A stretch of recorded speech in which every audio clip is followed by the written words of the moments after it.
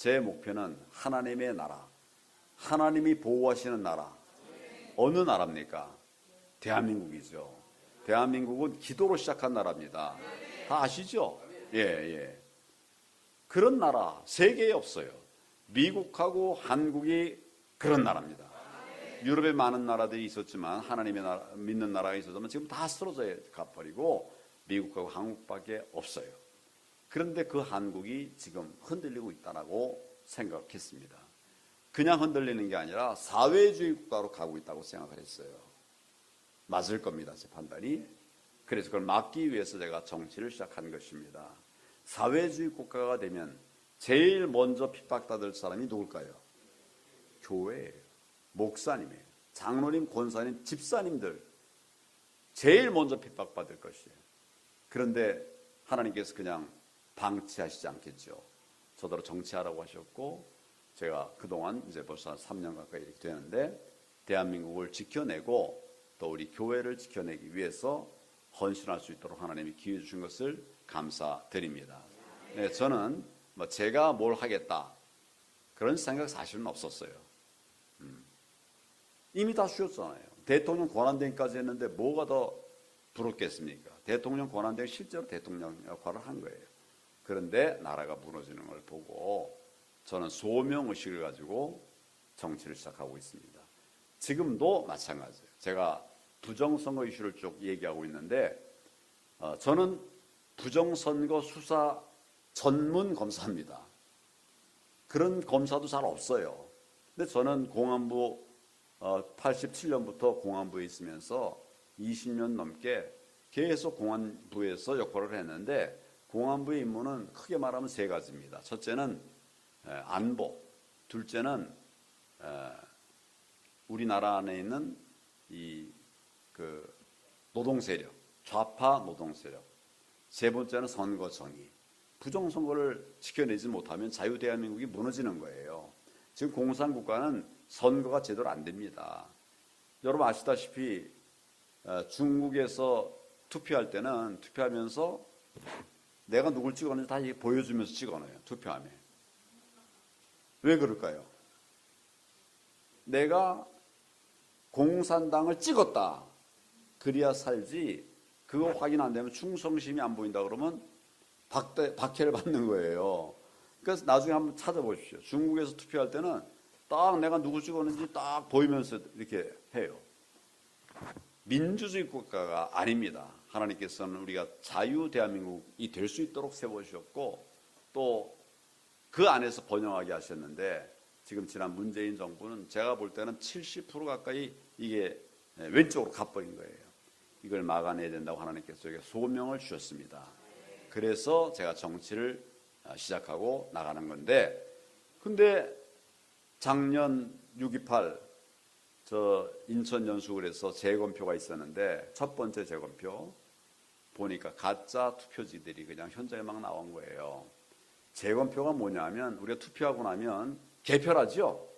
개표하고 나서 개표 결과에 이의가 있다라고 하면 그거 이제 봉해놓고 그다음에 이제 절차에 따라서 이걸 재검표해서 과연 문제가 있냐 없냐 이걸 판단하는 게 이제 검증이고 그 첫걸음이 재검표였거든요. 그래서 그 재검표 때 보니까 여러분들은 못 보셨겠지만 저는 이제 가서 쭉 보니까 유권자가 투표했다라고 볼 수 없는 투표지들이 막 쏟아져 나온 거예요. 여러분 이 말의 의미가 무슨 말인지 아시겠습니까? 투표한 거 개표했다가 이의가 있어서 봉해놨는데 그럼 거기서 나오는 투표용지가 지역 유권자가 투표한 그 투표용지가 돼야 되겠죠. 근데 도저히 유권자가 투표했다라고 볼 수 없는 투표용지들이 막 쏟아져 나온 거예요. 여러분 혹시 위에는 흰색, 밑에는 파란색, 위에는 지역구, 밑에는 비례대표 그 후보가 같이 표기되어 있는 그런 투표용지 보셨습니까? 만약 여러분이 그런 거 받았으면 거기다 투표했겠습니까? 재검표해 보니까 그게 나온 거예요. 그게 뭐냐면 배춧잎 투표지라는 거예요. 위는 하얗고 밑에는 퍼런 배춧잎처럼 생겼다 해서 그렇게 얘기한 거예요. 유권자가 투표하는 게 아니에요. 더 심한 거는 투표관리관 도장, 인천 송도 이 투표소에서 얘기인데 1900명이 투표했답니다. 그런데 나중에 재검표할 때 보니까 투표관리관 도장이 뻘겋게 문드러져 있는, 이게 도저히 유효한 투표지라고 볼 수 없는 이런 투표용지가 1000여 장 넘게 나왔어요. 투표관리관 도장은 굉장히 중요합니다. 왜냐하면 그냥 투표용지는 인쇄소에 가면 다 만들 수 있잖아요. 근데 이것을 우리가 쓸 수 있는 투표용지가 되게 하려면 투표관리관이 자기 도장을 찍어야 되는 거예요. 근데 그 도장이 그냥 문드러져서 누구 건지 알 수 없게, 그러면 뭐 누가 위조해도 위조했는지 안 했는지를 알 수 없지 않습니까? 그런 것들이 1900장 중에 1000장 넘게 나왔어요. 그래서 지난번에 이제 우리 재판하면서 그 증인으로 불렀습니다. 투표관리관을, 그 해당 송도 이 투표소의 투표관리관을 증인으로 불렀어요. 증인으로 세웠어요. 물었습니다. 이런 투표용지 봤습니까? 못 봤다는 거예요. 이런 투표용지 나눠준 거 아닙니까? 이거 투표관리관이 다 나눠줘야 되는 거거든요. 1900개 다 나눠줘야 돼요. 나는 그런 투표용지 나눠준 바가 없습니다. 여러분, 이건 뭐예요? 부정선거가 있다는 얘기예요. 예. 그래 놓고 나중에 이제 재검표하니까 부랴부랴 만들어서 놓다가 이런저런 엉터리 투표용지 막 나오게 된 것입니다. 이거를 선거사범 평생 해온 사람이 봤는데 어떻게 뭐 좋은 게 좋지 이럴 수가 있겠습니까? 그래서 제가 부정선거 이슈를 외치기 시작했고, 그 부정선거는 부정선거로 끝나는 게 아니라 자유민주주의의 근간을 무너뜨리는 것이기 때문에 이걸 지켜야 된다고 그래서 내가 내 손해를 감수해가면서 지금 부정선거 얘기를 하는 것입니다. 하나님께서는 우리나라가 사회주의로 가도록 그냥 그렇게 방치하시지 않습니다. 선거가 지 멋대로 하게 되면 지 멋대로 만들 수가 있어요. 180석, 이거 말도 안 되는 거 아닙니까? 우리 국민이 유권 투표한 투표 비율을 보면 이렇게 될 수가 없는 거예요. 그런데 투표 비율은 약간 이겼는데 의석수는 180대 100 뭐 몇인가 106인가 7인가 말도 안 되게 된 거예요.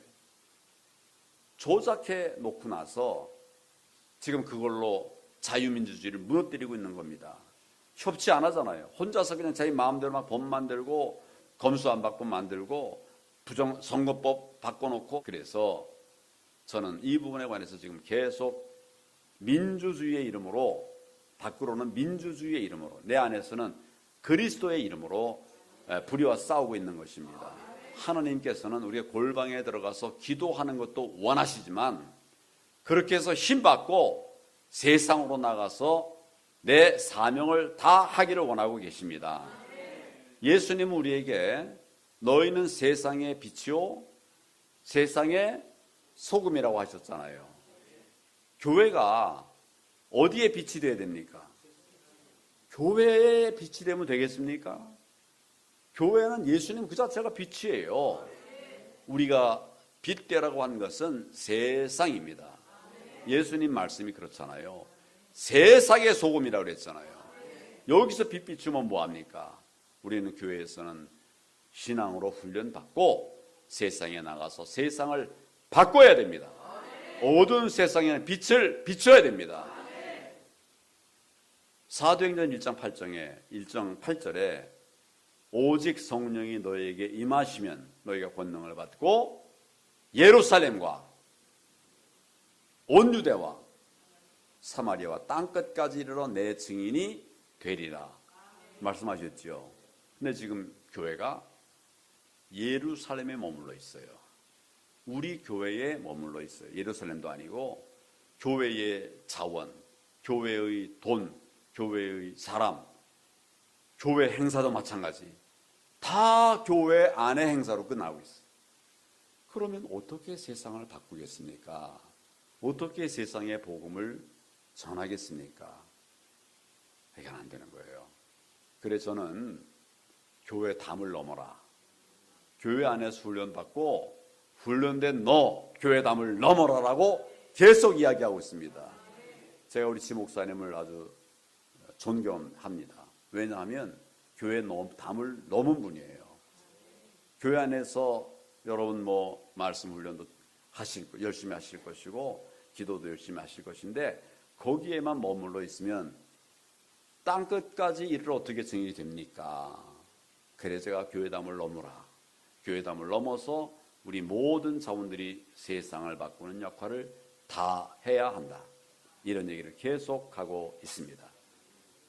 하나님께서는 대한민국 정치인들에게 맡기지 않았어요. 하나님이 보호하시는 그 나라를 정치인에게 맡기지 않았어요. 저는 우리 그리스도인들에게 맡겼다고 생각합니다. 이승만 대통령에게 맡기지 않았습니까? 그가 국회의장으로서 초대 국회의장으로서 기도로 초대 국회를 시작하지 않았습니까?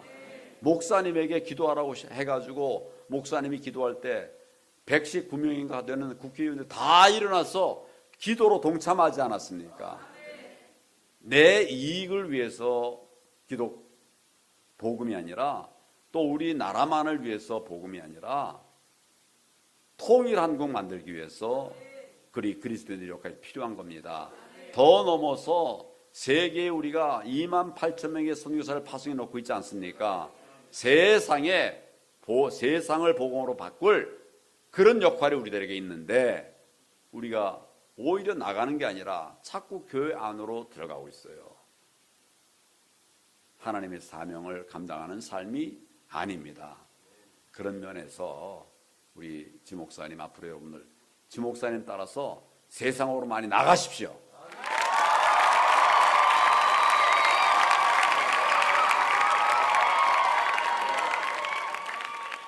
타락한 세상의 그리스도인이 되라는 소리가 아니라 믿음 안에서 세상 속에서 정결한 그리스도인의 삶을 살아가고 사명을 감당하는 그리스도인의 삶을 살아서 세상을 바꾸는 내일 교회가 되기를 바랍니다. 여러분들에게 하나님께서 그런 사명을 감당할 때 저에게 주신 은혜를 여러분들에게 동일하게 주시리라 생각합니다. 감사합니다.